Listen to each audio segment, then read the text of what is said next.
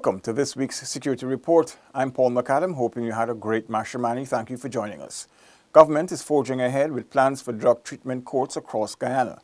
Minister of Public Security Kemrat Ramjitan explains that the courts will take a public health approach using a specialized model. That is where we have to train some people, and that is the training exercises going on there.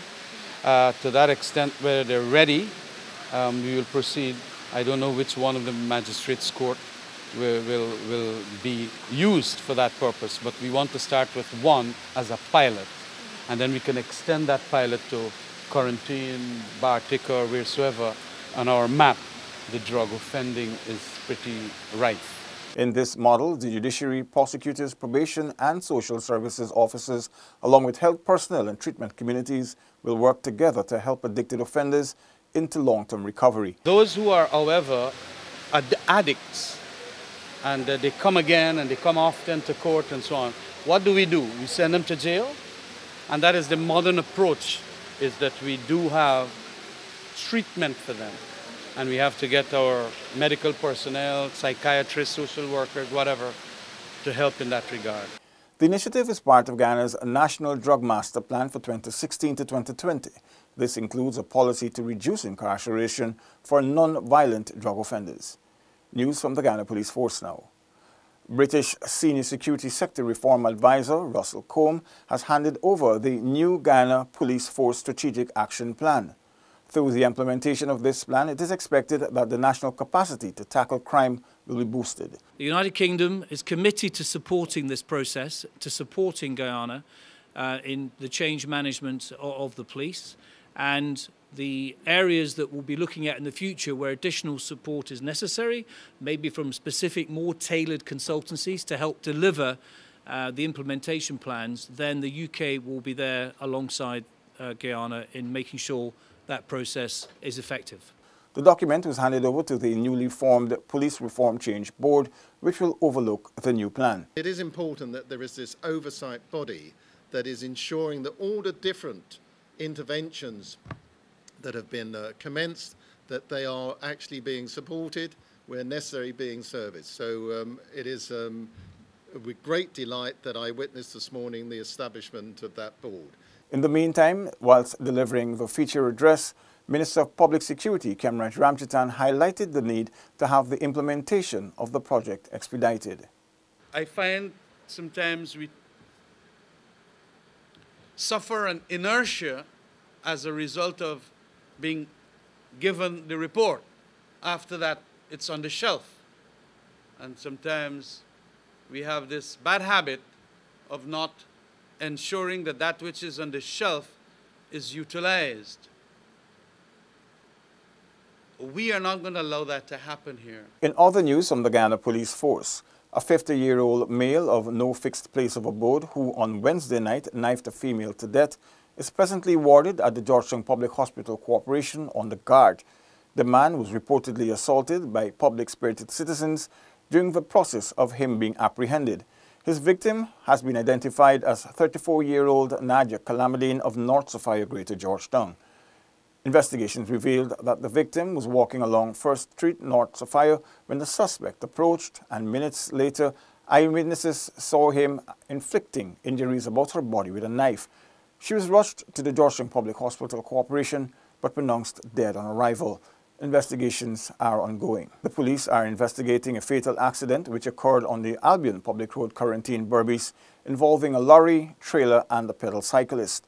According to reports, the lorry, which was transporting a combine which projected 2 feet out on both sides of the trailer, was proceeding west along the southern carriageway of the roadway. At the same time, the cyclist, going in the same direction on the southern side of the road, was struck by the combine's extension. The pedal cyclist, identified as 44-year-old Kristen Rameau of 305 Chesney Front Road, Quarantine, was rushed to the Port Morant Hospital, but she succumbed to her injuries whilst receiving treatment. The driver is in custody.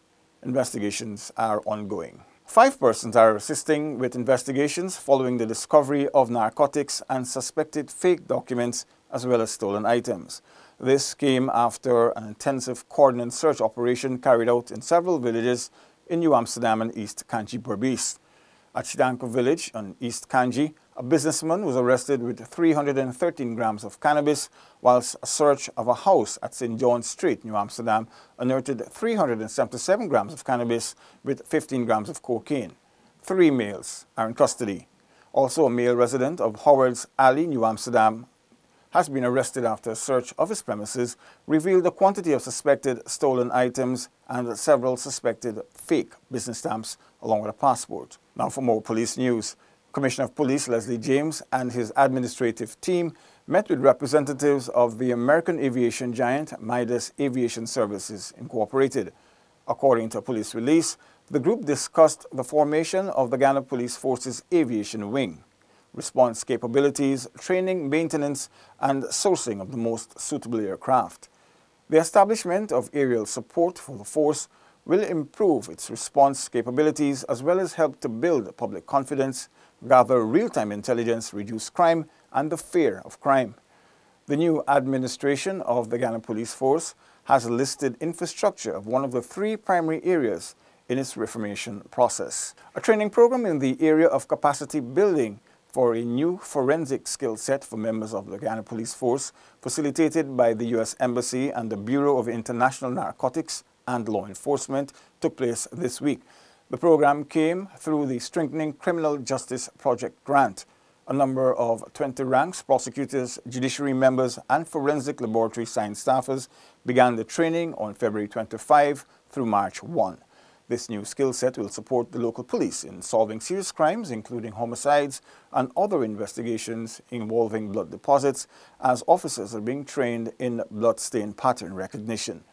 This bloodstain pattern recognition and analysis is an area of forensic science where experts examine the size, shape, location, and distribution patterns of bloodstains in order to determine the physical events that occurred at a crime scene or sudden death scene. News from the Ghana Defence Force now. The first Skill at Arms course for the GDF's 2019 training calendar formally opened on Tuesday, 19 February at the Jaguar Lecture Hall Training Corps. 5 females are students on this course. Whilst opening the course, Commanding Officer for Signal Corps, Commander Roger Nurse, reassured of the Force's recapitalization program, which is resulting in the acquisition of new assets to better deliver communications, transportation, and operational kit distribution. He emphasized that despite these acquisitions, what they are embarking on during this course is of a very high value to the Force's operational capacity.